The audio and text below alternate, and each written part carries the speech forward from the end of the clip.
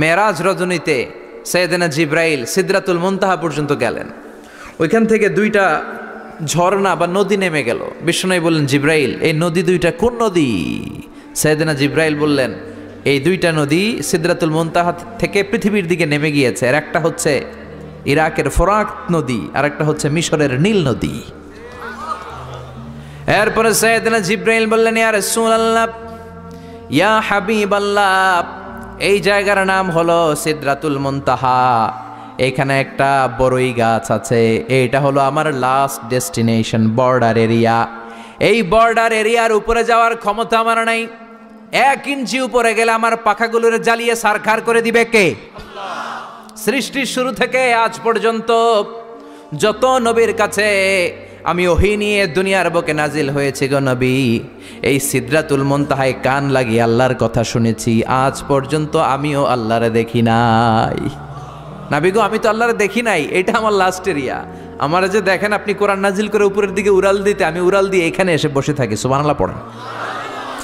এর উপরে আমি যেতে পারবো না, পাখাগুলো জ্বলে যাবে, যাওয়ার পারমিশন নাই। তবে আপনারে পারমিশন দিছে কে? আমি এইখানে দাঁড়িয়ে রইলাম, আপনার মিটিং আল্লাহর সাথে শেষ করে আপনি নেমে আসেন গো নবী। নবী যান, আপনার মিটিং এর জন্য, আপনাকে সারপ্রাইজ দেওয়ার জন্য আপনার অপেক্ষায় আল্লাহ অপেক্ষমান। সুবহানাল্লাহ। তার মানে ফেরেশতা যেখানে শেষ, বিশ্বনবীর খেলা ওইখানে শুরু, ঠিক কি না? জিব্রাইল ওইখানে থেমে গিয়েছে, আর যেতে পারে না। জিব্রাইল যেখানে শেষ, বিশ্বনবীর যাওয়া শুরু। তার মানে মানুষ যদি শ্রেষ্ঠ হয়, সে ফেরেশতাকে ছাড়িয়ে যায়। আর মানুষ যদি নিকৃষ্ট হয়, তাহলে সে পশুকেও হার মানায়, ঠিক কি না? আপনি কখনো শুনছেন একটা সিংহ আর একটা সিংহকে মারে? একটা বাঘ আর একটা বাঘকে মারে না। একটা হরিণ আর একটা হরিণকে মারে না। একটা হাতি আর একটা হাতিকে হত্যা করে না। কিন্তু একটা মানুষ আর একটা মানুষকে হত্যা করে না। আপনি কখনো শুনবেন না যে একটা বাঘ আর একটা বাঘকে হত্যা করে 10 টুকরা করছে? শুনছেন? একটা হাতি আর একটা হাতিকে মেরে 30 টুকরা করছে? শুনছেন? কিন্তু মানুষ আর একটা মানুষকে শুধু নৃশংসভাবে হত্যাই করে না, হত্যা শেষে তাকে 10 টুকরা করে, 15 টুকরা করে, 30 টুকরা করে বস্তাবন্দি করে। চিল্লা এখন ঠিক কিনা? পাওয়া যায় না এরকম লাশ?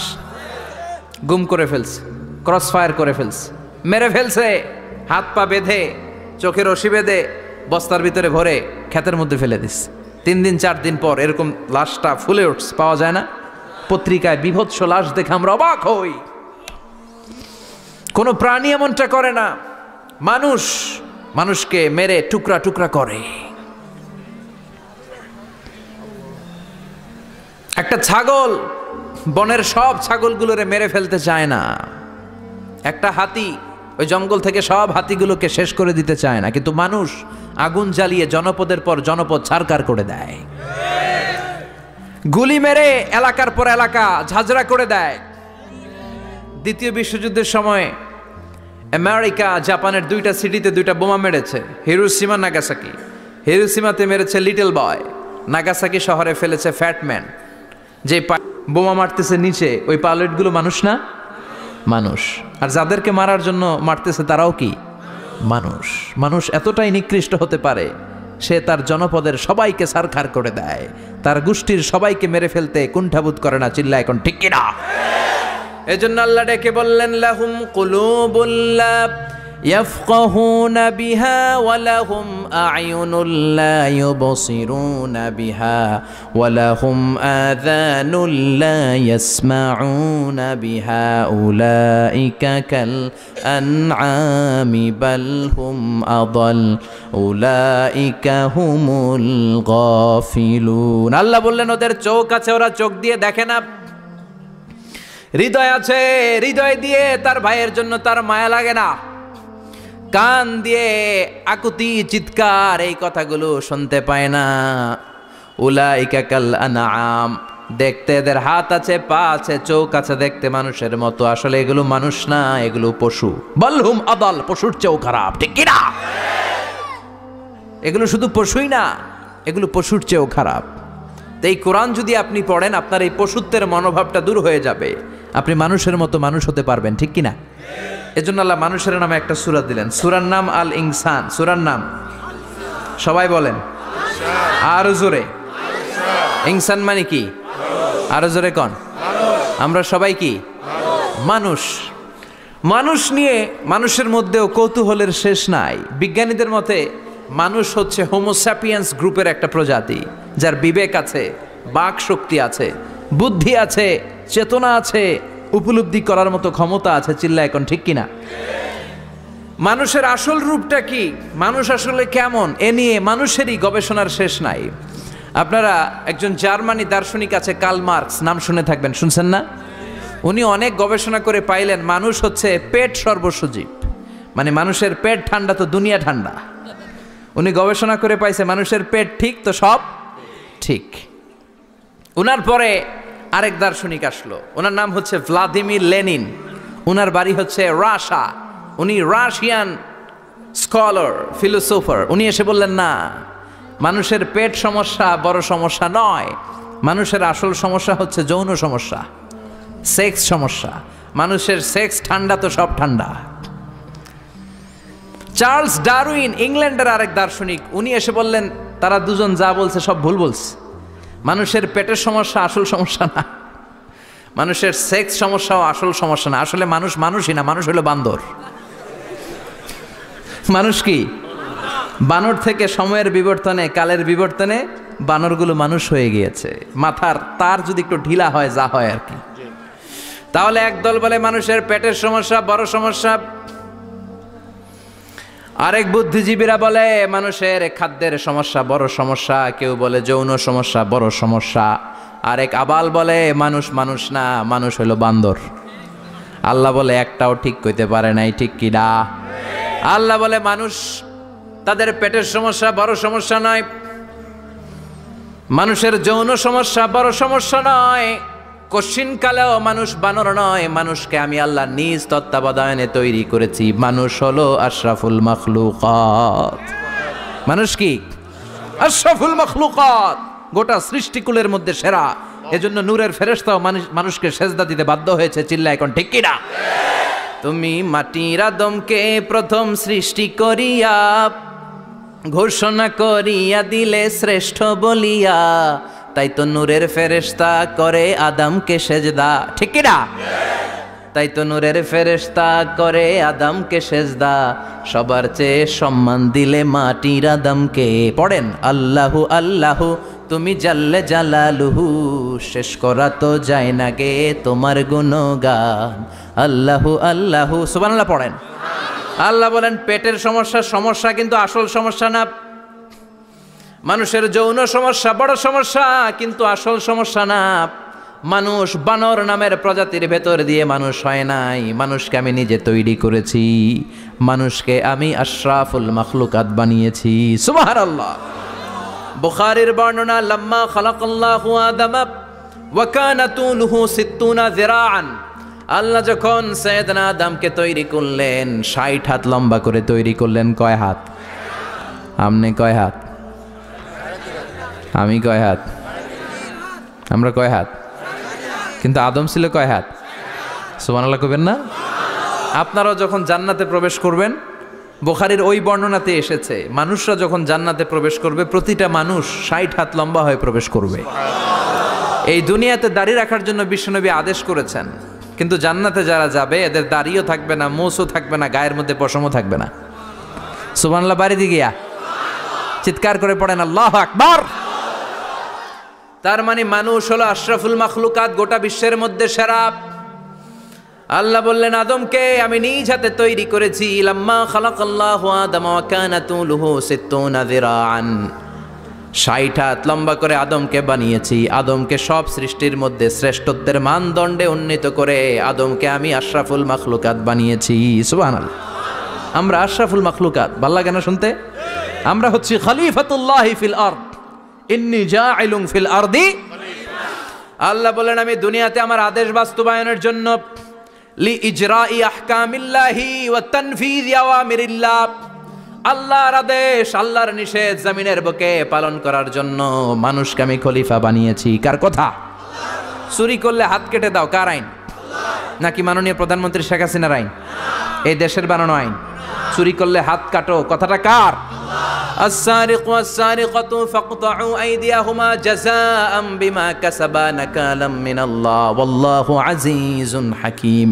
If anyone steal something very precious from the society, the government should cut down his right hand. দামি কিছু চুরি করলে এটা সাক্ষীর দ্বারা সাব্যস্ত হলে গভর্নমেন্টের উচিত তার ডান হাতটা এক কোপ মেরে কেটে দেয়া। কার কথা? বানু মাখজুমিয়া গোত্রের এক মেয়ে মদিনাতে চুরিতে ধরা পড়ল।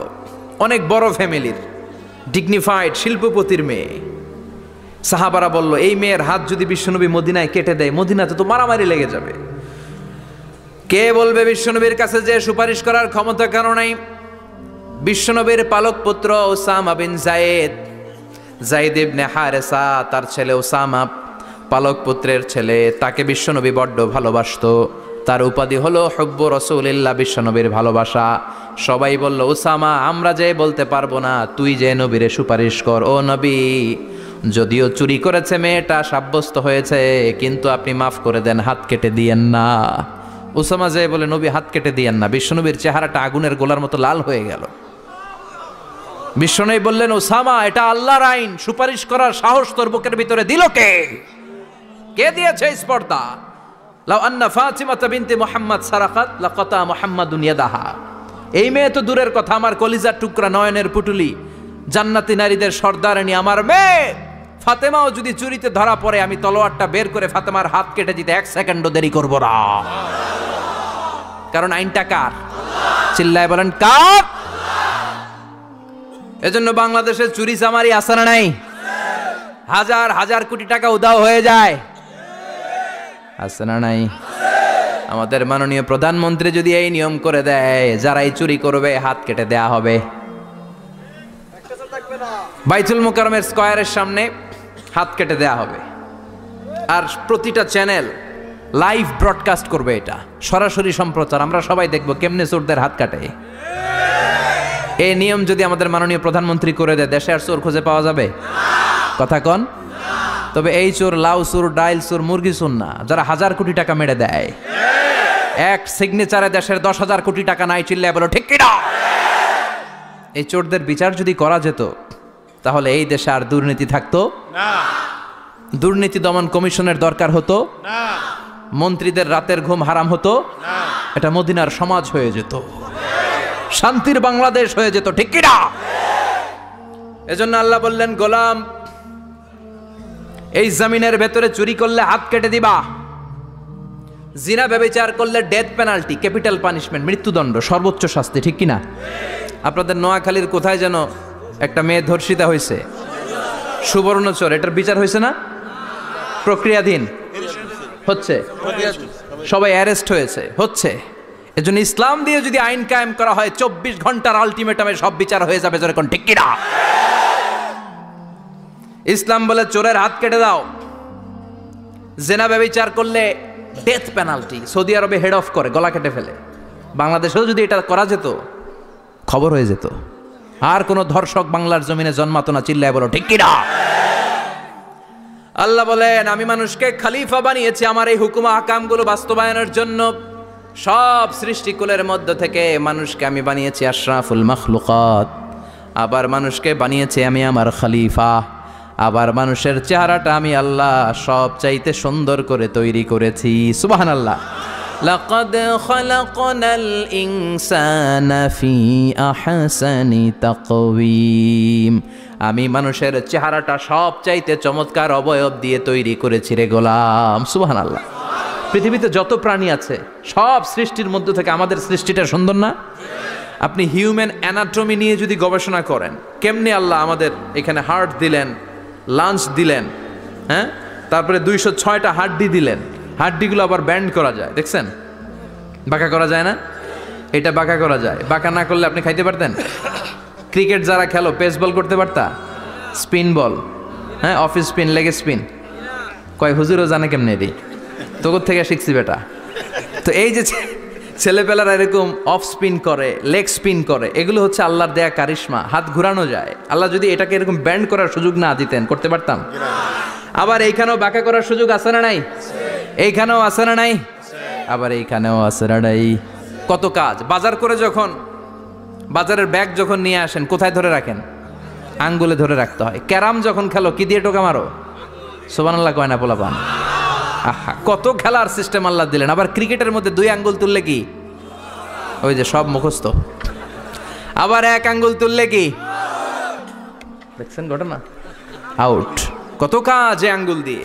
এই আঙ্গুলগুলোর বাঁকা করার, বেন্ড করার ক্ষমতা আমাদেরকে দিয়েছে কে? আল্লাহ। এজন্য আল্লাহ বললেন লাকাদ খালাকনাল ইনসানা ফি আহসানি তাকওয়িম। আমি মানুষের চেহারাটা সব চাইতে সুন্দর করে তৈরি করেছি। মানুষ সুন্দর, আমাদের চোখ সুন্দর না মিয়া? আমাদের চোখও যদি সুন্দর হতো তাইলে আমরা বুঝতাম মানুষগুলো কত সুন্দর। আমরা মনে করি ধলা হইলেই সুন্দর। কয় ধলা ধলা এটা সুন্দর, ডাকাইত, এগুলো ডাকাত। একটা মানুষের চেহারা স্কিন যদি কালো হয় এর মধ্যে একটা সৌন্দর্য আছে না নাই? একটা মেয়ের স্কিন যদি কালো হয় তারপরও চেহারায় সৌন্দর্য আছে না নাই? কয় না হুজুর আমার বউ সুন্দর না, কালা কালা। আছে না নাই? তুই ডাকাইত। তুই কি? একজন মানুষের চেহারা যেরকমই হয় আপনি খেয়াল করে দেখবেন তারপরও তার অবয়বের মধ্যে একটা এক্সট্রা অর্ডিনারিটি আছে, কারোর সাথে কারোটা মিলে না। সুবহানাল্লাহ পড়েন। এজন্য প্রতিদিন স্ত্রীরে বলবেন, স্ত্রী তুমি সুন্দরী, তুমি অনন্যা, তোমার চাইতে সুন্দরী গোটা বিশ্বে কেউ নাই। কইবেন না? মুরব্বীরা কয় না, কইতাম না, আগে কইয়া ফেলাইছি। এগুলো বলবেন। এগুলো বললে স্বামী স্ত্রীর মধ্যে ভালোবাসা বাড়াই দিবে কে? আল্লাহ।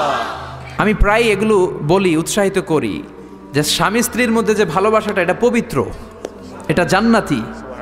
এই ভালোবাসা জান্নাতে শুরু হয়েছিল সাইয়েদনা আদম আর হাওয়ার মধ্য দিয়ে। চিল্লা এখন ঠিক কিনা? স্বামী স্ত্রী দুইজনে একের হাতের সাথে আরেকজনের হাত মিলালে হাতের সগীরা গুনাহ মাফ করে কে? আল্লাহ।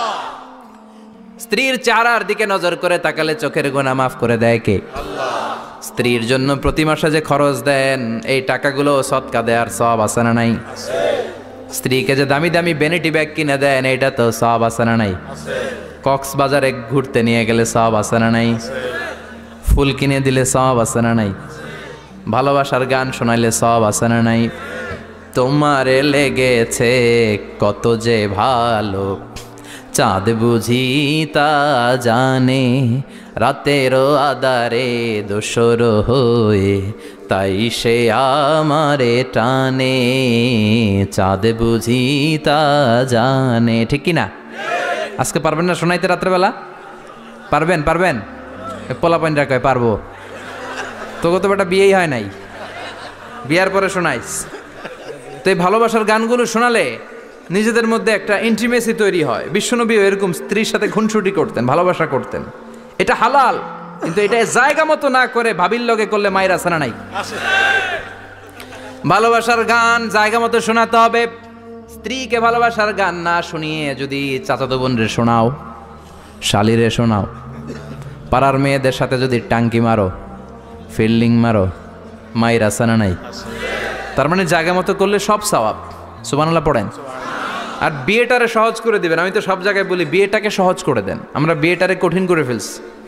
একটা ছেলে এই দেশে 16 থেকে 18 বছর বয়সে ম্যাচিউরড হয়, কিন্তু ওরে বিয়ের পিড়িতে বসায় 32 বছর বয়স। তো বাকি 32 বছর ও কি আঙ্গুল চুষবে? কথা কন, কি করবে? ও যে পাপ কাজ করে, ও যে পর্নোগ্রাফি দেখে, ও যে মাস্টারবেশন করে, এগুলোর পার্সেন্টেজ গুণা মা বাবার আমল নামায় আছে না নাই? মা বাবার এত সহজে পার পেয়ে যাবেন না। ছেলে মেয়েগুলারে সময় হলে বিয়ে দিয়ে দেন। বিয়ের চেয়ে ভালো কাজ পৃথিবীতে আছে? যেই সমাজে বিয়ের খরচ বেড়ে যায় ওই সমাজে জেনার খরচ কমে যায়। বিয়ে করতে লাগে 10 লাখ, জেনা করতে লাগে 500 টাকা। কথা কন। এজন্য জেনাকে সহজ করবেন না বিয়েকে সহজ করবেন? বিয়ের কথা কইলেই পোলারা কয় তুই নিজের পায়ে দাঁড়া। তো এতদিন ও কার পায়ে দাঁড়াইছে? সহজ করবেন তো? নোয়াখালীর ভাইরা, আল্লাহ তুমি বোঝার তৌফিক দাও। এরপর আল্লাহ বললেন আমি মানুষকে শুধু আশরাফুল মাখলুকাতি বানাই নাই, আমার খলিফাই বানাই নাই। মানুষের চেহারাটা শুধু আমি সুন্দর করে দেই নাই, গোটা বিশ্বের মধ্যে মানুষকে আমি সবচাইতে শক্তিশালী করেছি। সবচেয়ে শক্তিশালী কে? মানুষ। চিল্লায় বলেন শক্তিশালী কে? আল্লাহ যখন পৃথিবী বানালেন, মুসনাদে আহমদ ইবনে হাম্বালের বর্ণনা, পৃথিবী কাঁপাকাঁপি শুরু করলো। খালি কাঁপে, খালি কাঁপে। পৃথিবীর কাঁপাকাঁপি বন্ধ করার জন্য আল্লাহ পৃথিবীর মধ্যে 7টা টেকটনিক প্লেট বসিয়ে দিলেন। 7টা পাহাড়, 7 tectonic plates creates the mountain range on earth. এই 7টা প্লেট পৃথিবীতে টিলা টপ্পর তৈরি করেছে। হ্যাঁ, পৃথিবীব্যাপী যত পাহাড় আছে এই টেকটনিক প্লেটের কারণে। ওয়াজআলনাল জিবালা আওতাদা, পৃথিবী কাঁপতে শুরু করলো সৃষ্টির পর। পৃথিবীর কাঁপাকাঁপি বন্ধ করে দেওয়ার জন্য আল্লাহ পৃথিবীর ভেতরে পাহাড় ঢুকিয়ে দিলেন। পাহাড় পেরেকের মতো গেড়ে দেওয়ার পরে পৃথিবীর কাঁপাকাঁপি বন্ধ হয়ে যায়। সুবহানাল্লাহ। ফেরেশতারা অবাক হয়ে বলে, মাবুদ, পৃথিবীর কাঁপাকাঁপি বন্ধ হলো কেমনে? আল্লাহ বললেন, ও ফেরেশতারা, পৃথিবীর মধ্যে আমি পাহাড়কে গেড়ে দিয়েছি। পাহাড় গেড়ে দেওয়ার কারণে পৃথিবীর কাঁপাকাঁপি বন্ধ হয়ে গেছে। ফেরেশতারা বললেন, তাই নাকি? পাহাড়ের এত বড় শক্তি। ইয়া রাব, হাল মিন খালকিকা আশাদ্দা মিনাল জিবাল, আপনার এই সৃষ্টিকুলের মধ্য থেকে পাহাড়ের চাইতে বেশি শক্তিশালী কিছু আছে নাকি? আল্লাহ বললেন, হ্যাঁ আছে। পাহাড়ের চাইতে শক্তিশালী হচ্ছে আল হাদিদ, মানে লোহা। পাহাড়ের চেয়ে শক্তিশালী কি?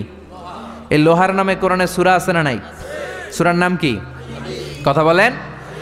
وأنزلنا الحديد فيه بأس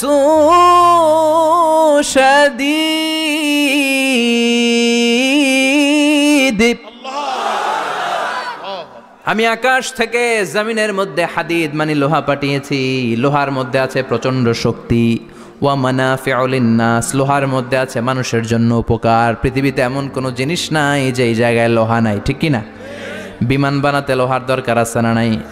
ঘড়ি বানাতে দরকার আছে না নাই? আংটি বানাতে দরকার আছে না নাই? গাড়ি বানাতে, বাড়ি বানাতে, সব বানাতে কি লাগে? লোহা। আল্লাহ বললেন লোহা সবচেয়ে শক্তিশালী। এটা পাহাড়ের চেয়েও শক্তিশালী, কারণ লোহা পাহাড়ের মধ্যেও ঢুকায় দেওয়া যায়, ঠিক কি না? ফেরেশতারা বললেন, আল্লাহ, হাল মিন খালকিকা আশাদ মিনাল হাদিদ, আপনার এই সৃষ্টিকুলের মধ্যে থেকে লোহার চাইতেও কি শক্তিশালী কিছু আছে? আল্লাহ বললেন, নাআম আছে। লোহার চাইতে শক্তিশালী হলো আন্নার, মানে আগুন।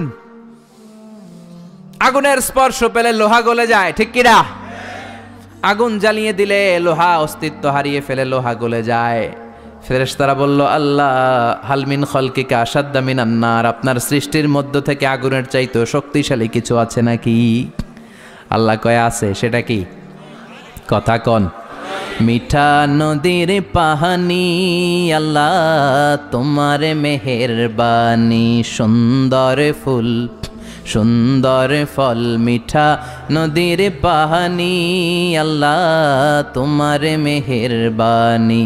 তুমি কতই দিলে রতন, ভাই বেরাদর পুত্র স্বজন, ক্ষুধা পেলে অন্ন যোগাও, মানি চাই না মাহানি, আল্লাহ তোমার মেহেরবানি।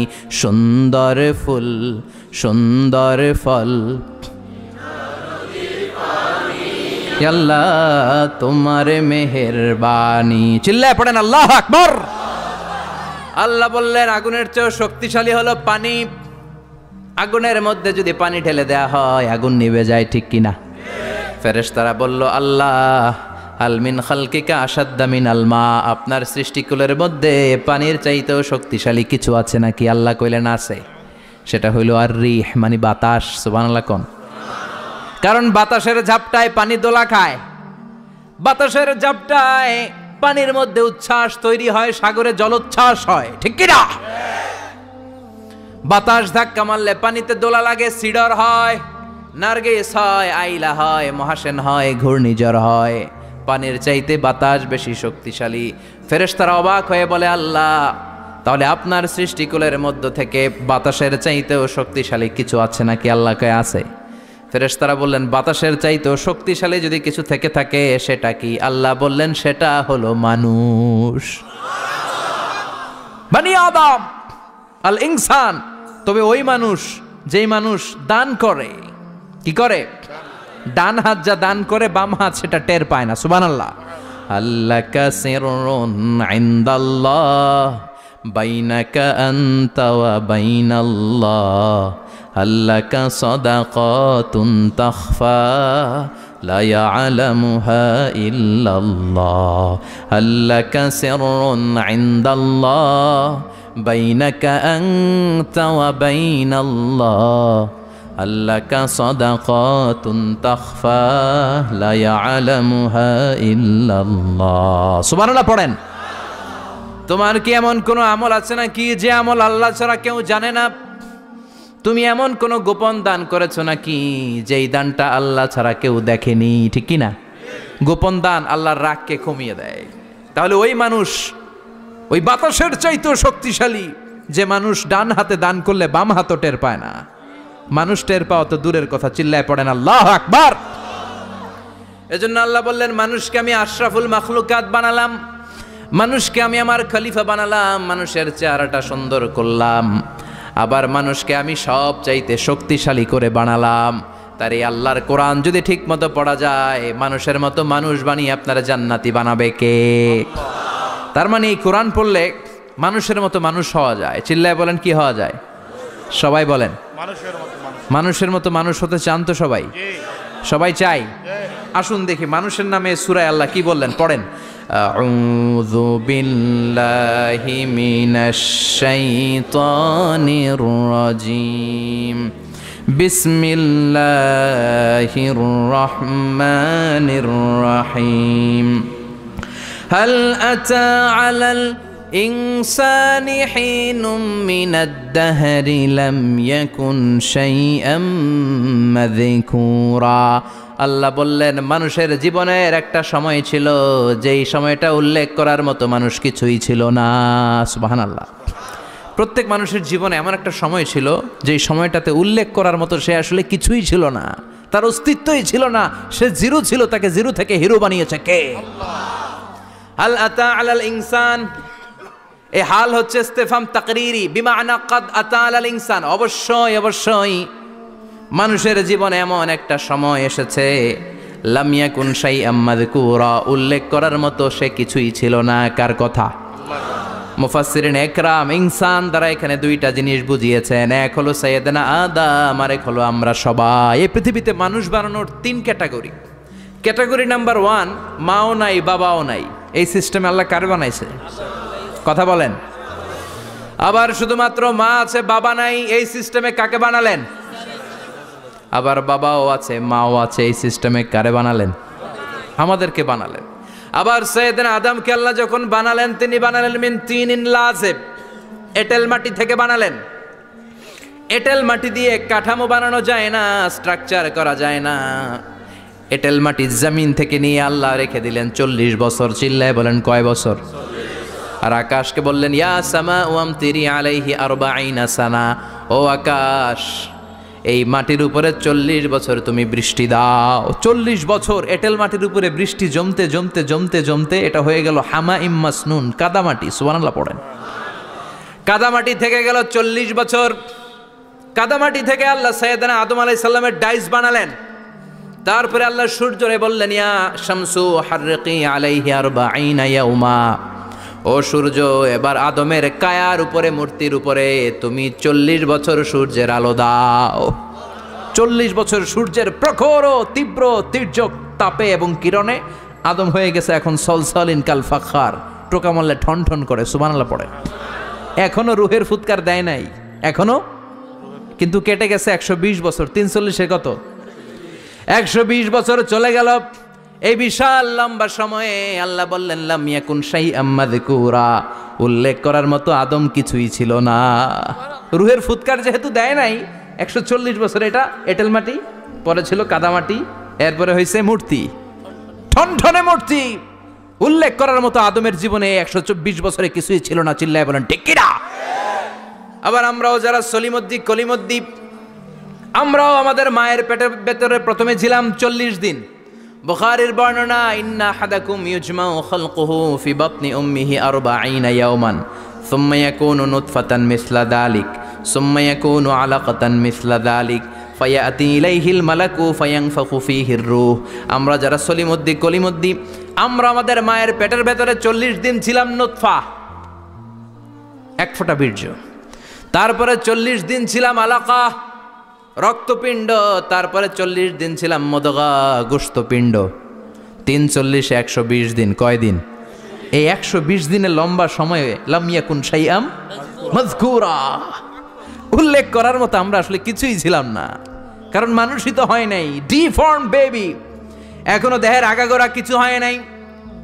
120 দিন পর ফেরেশতা এসে আমার দেহের মধ্যে ফুৎকার দিয়ে যায়, তখন আমার হার্ট পার্টিশন চালু হয়ে যায়, আমার হার্টবিট চালু হয়, সিস্টোলিক ডায়াস্টোলিক, এই যে ধপ ধপ ধপ, এই প্রেশারটা ছাড়া মানুষ বাঁচে? ফুসফুসের কাজ কি? খালি ধপ ধপ করে, দম টানে আর দম নেয়, দম ফুরাইলে ঠুস। হায় রে মানুষ রঙিন ফানুষ, দম ফুরাইলে তবু তো ভাই কারোরই নাই একটুখানি। হায় রে মানুষ রঙিন ফানুষ, রঙিন ফানুষ, হায় রে মানুষ। সুবহানাল্লাহ। আমরা ছিলাম নুতফা, আলাকা, মুদগা, sperm drop, then blood clot, and finally the little flesh. আমি আমার এমফিল রিসার্চ করেছি এটার উপর, এটার ইংরেজিতে বলে এমব্রয়োলজি, ভ্রূণ তত্ত্ব। How the little এমব্রয়ো develops in mother ওম, মায়ের পেটে এই ছোট্ট ভ্রূণ, এটা কেমন করে শুক্রাণু ডিম্বাণু থেকে 8 মাস 10 মাস 9 মাস পরে কেমন করে জমিনে আসে। How the little এমব্রয়ো develops in mother ওম, মায়ের পেটে কেমন করে ডেভেলপ করে। একেবারে ক্ষুদ্র ছিলাম আমি, তুচ্ছ ছিলাম আমি, নগণ্য ছিলাম আমি, আমার কোনো নাম ছিল না, আমার কোনো গ্রাম ছিল না, আমার কোনো পরিচয় ছিল না। এখন দুনিয়াতে আমাদের পরিচয় আছে না নাই? কিন্তু মিজানুর রহমান আজহারি একটা সময়ে লাম ইয়াকুন শাইআম মাযকুরা, তোরা কেউ চিনতো না, তোর নামটাও কেউ জানতো না, উল্লেখ করার মতো তুই কিছুই ছিলি না। এটা দিয়ে আল্লাহ বুঝাতে চাইলেন তোর কিছুই ছিল না, জিরো থেকে আমি হিরো বানালাম। ক্ষমতার দাপট দেখাবি না, ক্ষমতার অহংকার দেখাবি না, টাকা পয়সার গরম দেখাবি না। 2 দিনের টাকার মালিক হয়ে ওর পা জমিনে লাগে না, এরকম টাকা তা ছেড়ে নাই। লাম ইয়াকুন শাইআম মাযকুরা, তোর চেয়ে বড় ক্ষমতাশীল ছিল ফেরাউন। আল্লাহ ছাড় দিয়েছে, ছেড়ে দেয় নাই, ঠিক কি না? নমরুদরে ছাড় দিয়েছে, ছেড়ে দেয় নাই, ঠিক কি না? আবু জাহেলকে ছাড় দিয়েছে, ছেড়ে দেয় নাই, ঠিক কি না? এখনো যারা গাদ্দারি করে, ইসলামের বিপক্ষে কথা বলে, ইসলামকে জমিনের ভিতর গেড়ে দিতে চায়, দেখা যায় আল্লাহ ওদেরকে ছাড় দেয় কিন্তু ছেড়ে দেবে না। চিল্লায় কও ঠিক কি না? পৃথিবীতে কেউ তো স্থায়ী হয় না, হোক না সে ফেরাউন কিবা নমরুদ, কেউ ভাবে চিরদিন রয় না, কেউ ভাবে চিরকাল রয় না। কেউ থাকতে আসে নাই, এত বড় বড় দাপটওয়ালারা সব শেষ। আমি তো প্রায় জায়গায় বলি, আমি ফেরাউনের লাশটা নিজে দেখে এসেছি, যেহেতু আমি আল আজহার ইউনিভার্সিটির স্টুডেন্ট। 200 পাউন্ড লাগে দেখতে, আমি দেখছি ফ্রি। আমার আল আজহারের জামিআতু আল আজহার শরীফের একটা কার্ড ছিল, ওইটা দেখাইলে সব ফ্রি, ফ্রিতে দেখে আসছি। ঢুইকে দেখি ফেরাউন চাচা শুয়ে রয়েছে। আমি বললাম, ফেরাউন চাচা কেমন আছো? How are you? What's up man? কোনো আওয়াজ নাই। আমি জিজ্ঞেস করেছি তাকে, কেমন আছো তুমি, কি অবস্থা, কেমন যাচ্ছে তোমার? হোয়াটসঅ্যাপ, কোনো আওয়াজ নাই। আমি অবাক হয়েছি, এই লোকটার হুঙ্কারে মিশরের জমিন থার থার করে কাঁপতো, আজ করে শেষ করে দিছে কে? আজ আছে কাল নাই, ঠুস, দম ফুরাইলে। এজন্য আল্লাহ বললেন, হাল আতা আলাল ইনসানি হিনুম মিনাদ দাহরি লাম ইয়াকুন শাইআম মাযকুরা। মানুষের জীবনে এমন একটা সময় ছিল, উল্লেখ করার মতো সে কিছুই ছিল না। আমরা যে কত ক্ষুদ্র ছিলাম আপনি কল্পনাও করতে পারবেন না। ফালইয়ানযুরিল ইনসানু মিম্মা খুলিকা, খুলিকা মিম্মা ইন দাফিক ইয়াখরুজু মিন বাইনিস সুলবি ওয়াত তারাইব। বাবার পৃষ্ঠদেশ থেকে, মায়ের বক্ষদেশ থেকে দুইটা মিলিত হয়ে মায়ের জরায়ুর ভেতরে তোরে সেট করলো কে? আমরা ছিলাম শুক্রাণু। শুক্র চিনেন? স্পার্ম। শুক্রও ছিলাম না আমরা, শুক্রাণু মানে শুক্রের অণু। ডিম্বও আমরা ছিলাম না, আমরা ছিলাম ডিম্বাণু মানে ডিম্বের। আরবিতে বলে আল বুয়াইদা আল উনসাউইয়া। 1 ফোঁটা বীর্যের ভেতরে, 1 ফোঁটা শুক্রের ভেতরে 20 কোটি অণু থাকা লাগে। ওই 20 কোটির একটা ছিলাম আমি। 20 কোটির একটা ছিলেন আপনি।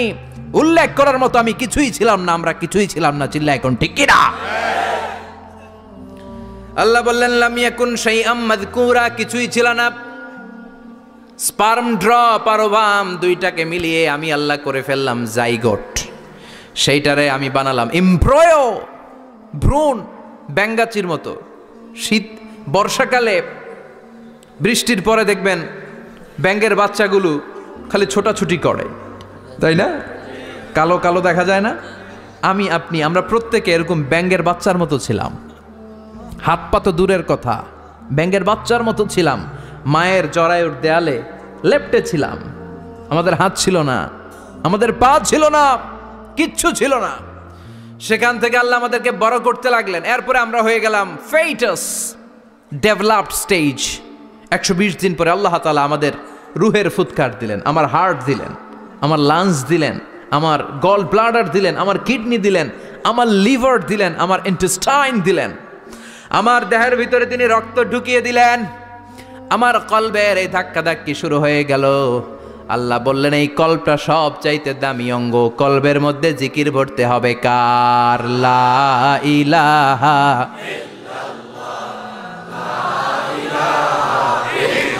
লা ইলাহা ইল্লাল্লাহু মুহাম্মাদুর রাসূলুল্লাহ সাল্লাল্লাহু। কলবের ভেতরে ভরতে হবে আল্লাহর জিকির। অনেকেই কলবের ভেতরে ভরে আয়না, আছে না নাই? আয়না বসাইয়া দে মোর দয়াল বাবা, কেল্লা কাবা আহেনার কারিগর, আয়না বসাইয়া দে মোর।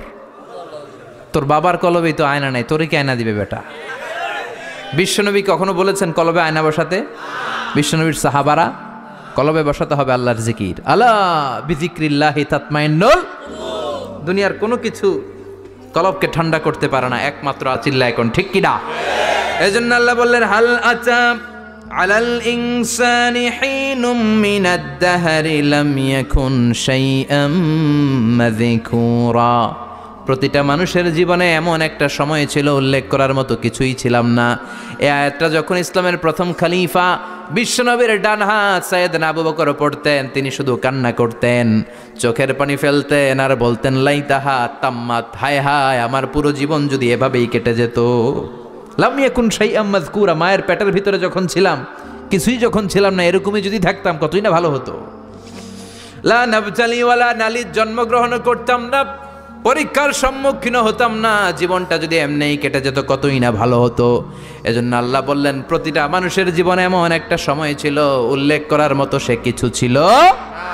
এরপর আল্লাহ বললেন ইন্না খলাকনাল ইনসানা মিন নুতফাতিন আমশাজিন নাবতালি ফাজআলনাহু সামিআন বাসীরা। নিশ্চয় আমি মানুষকে জমাট বাঁধা মিশ্রিত নুতফা থেকে তৈরি করেছি। বাবার শুক্রাণু মায়ের ডিম্বাণু দুইটাকে মিলিয়ে দিল কে? জরায়ের ভিতরে সেট করলো কে? আল্লাহ বললেন ফি কারারিম মাকিন, গোপনতম প্রকোষ্ঠে, যেই প্রকোষ্ঠে কোনো কবিরাজের কবিরাজি কাজে লাগে নাই, কোনো ডাক্তারের ডাক্তারি কাজে লাগে নাই, কিন্তু 9টা মাস ধরে খাবার পানি আর অক্সিজেন তোরে দিছে কে? আল্লাহ। আবার আল্লাহ বললেন ফি যুলুমাতিন সালাস, 3টা প্যাকেট পড়িয়ে তোরে আমি রেখেছি, যতটুকু টেম্পারেচারে রাখলে তুই বেঁচে থাকবি ততটুকু টেম্পারেচারে তোরে রেখেছে কে? এজন্য আল্লাহ বললেন মিন নুতফাতিন আমশাজিন নাবতালি, তারপরে তোকে আমি পরীক্ষা করতে শুরু করলাম দুনিয়ায়। দুনিয়াতে আমাদের জন্য পরীক্ষা আছে না নাই? যে আল্লাহর কাছে যত প্রিয় তার পরীক্ষাও তত। আসাদুন নাসি বালাআন আল আম্বিয়া, দুনিয়ার মধ্যে সব চাইতে বেশি আল্লাহ পরীক্ষা করেছেন নবীদের, ঠিক কি না? সাইয়েদনা ইউসুফ আলাইহিস সালাম 10 বছর জেলে বন্দী ছিলেন, বিশ্বনবী 3 বছর জেলে বন্দী ছিলেন। শিয়াবে আবি তালেবের জেলখানায় বিশ্বনবী ছিলেন কি ছিলেন না? এজন্য জেল জরিমানা মুমিন ভয় পায় না, ঠিক কি না? আল্লাহ বললেন নাবতালি, তোকে আমি পরীক্ষা করব ভয় দিয়ে, ক্ষুধা দিয়ে, সম্পদের হানি ঘটিয়ে, প্রাণ নাশের হুমকি দিয়ে। ইসলামের কথা বলা এত সোজা না। আপনি ইসলামের কথা বলবেন, আপনার বিরুদ্ধে ষড়যন্ত্র আছে না নাই? কিন্তু এগুলো দেখার আমাদের সময় আছে নাকি? আমরা কোরআনের কথা বলেই যাব, কোরআনের শান্তির বাণী বিশ্বব্যাপী আমরা ছড়িয়েই দিব, ঠিক কি না? আল্লাহ পাক আমাদের সবাইকে কথাগুলো বুঝার ও আমল করার তৌফিক দান করো।